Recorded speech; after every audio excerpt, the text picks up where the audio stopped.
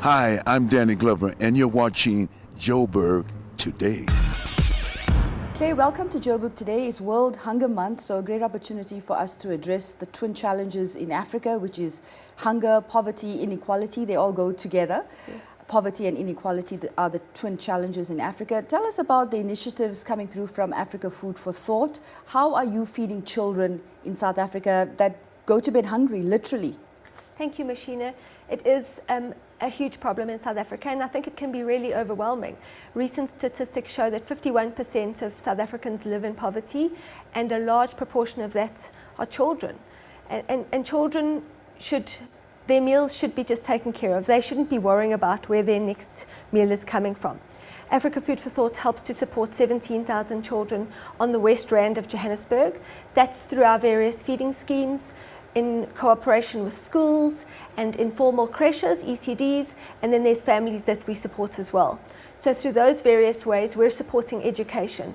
A child with an empty stomach can't be expected to concentrate, and as a result, they're not going to be well set up to learn as much as that they need to learn to become productive members of society that can be self-sustaining. Sure. When you say you're supporting 17,000 children on the West Rand, by providing them with food, are you doing this on a daily basis? Is it 3 meals a day? How do you go about actually providing the food to them? It's different with the different feeding schemes that we're involved in. With the schools that we support, we supplement the feeding schemes that are in existence through our education department by providing additional vegetables, which provide additional nutrition, and then the confidence from the school that if there's a problem in delivery, that AFT can back that up, Africa Food for Thought. Then we've got 25 creches that we support. Those children receive 4 meals a day. So if they go home and there's no additional food for that day, they've received all that they need to do. It's very important. Those preschool children, anything that they miss out on at that point in time, it's very difficult for them to catch up with. And then our 125 families that we support, they receive monthly food parcels. That will sustain them for that period of time. That's very inspiring. I understand that Add Hope, or KFC, which is the company that actually formed Add Hope, is a main contributor of your program? Absolutely. We've had a long partnership with Add Hope for almost 7 or 8 years now. Add Hope have enabled us to provide more for more children, and then also improve the quality of what we're providing to the children. How much of money do they give you? They're our largest food sponsor, and that amount enables us to be sustainable. It enables our projects to know that we're not only providing for the children today, but tomorrow as well. You can't feed somebody once and there's no promise for food tomorrow. They need to know that their delivery is going to be there tomorrow as well, and that they don't need to worry about that. That enables them to lift their eyes up, to look to the future, and to more possibilities. Well, it's certainly a great initiative. I think most of us are familiar with the outreach program because most of us are KFC fans. Absolutely. And you have to add 2 Rand to your bill, yes, and make a positive contribution, which is a great way to get society to actually contribute. Is this the only example of a corporate entity actually going out and taking such a radical step to support the fight against food deprivation in South Africa? There's lots of organizations in South Africa that are actively involved with everything else. But the KFC program, Ad Hoc program, is especially special. They come along with the NGOs that they're partnering with and strengthen them, not in a dictatorial kind of way, but as to support them in a relationship kind of way, to make that partnership work for both parties. Sure. And I'd like to encourage all the people that attend KFCs. It's those cashiers that are asking you to add hope.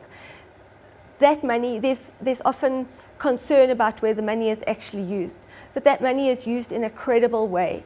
It's used for food for children, not to fund other budgets for things. Sure, 17,000 seems like a very small number if you have to look at the 51% that you mentioned. But there are other initiatives like yourself out there that are focused on feeding children. How ambitious are you as an NGO to increase that number of children you provide food for? We'd really like to provide for as many as possible.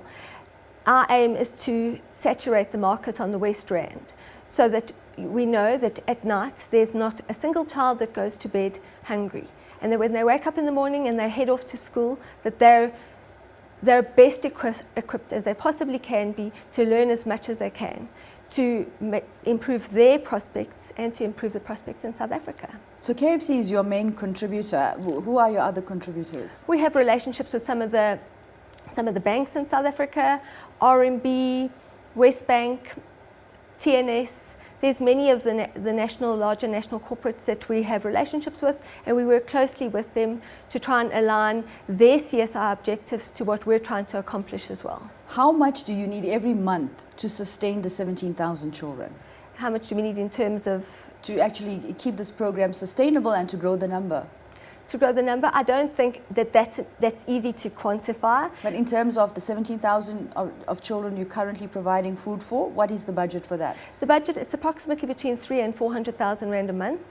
That covers what we're doing at the moment, and then also enables us to take on additional projects that come across our path. We always try to, whenever we hear about a new project, we believe that we need to go and have a look, see whether they meet with our criteria, as it's important to Hope and all of our other sponsors that what they provide to us is used effectively and in a credible way. It's important to us as well that our beneficiaries use what we give them to maximum effect. Sure. Would it be fair to say, therefore, that the corporates are playing a large role in feeding children in South Africa? Absolutely, yes. I think that in partnership with the NGOs who are actually on the ground doing the hands-on work, they're working well together to improve and things. This is the best drive going forward to get South Africans to contribute. Yes, I really would encourage people. You know, it's when people hear about the Hope program and they're asked to contribute from Hope, I think there's apprehension from them. But when you see the money that's been used on the ground to feed children in an honest, kind, credible way, it really is a wonderful program to be involved with. Very inspiring. Tell us a little bit more about Africa Food for Thought.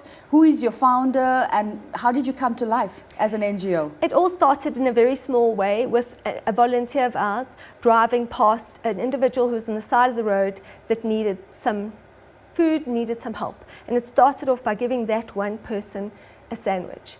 And the idea was birthed out of that. It started at a small feeding program.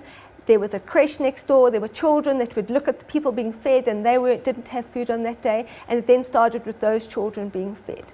That followed on to supporting schools feeding, and then children not having food over a weekend. So there were families where the children would receive food during the week, but they may not necessarily have any food over the weekends. They might come to school on the Monday morning and faint in the line because they hadn't had any nutrition over the weekend. Mm-hmm. So then providing the food parcels for those families, and it's just grown. It's grown to supporting more and more children in support of education. So we're the food part of the greater wheel where everybody needs to just pull together to make it a better South Africa for everybody.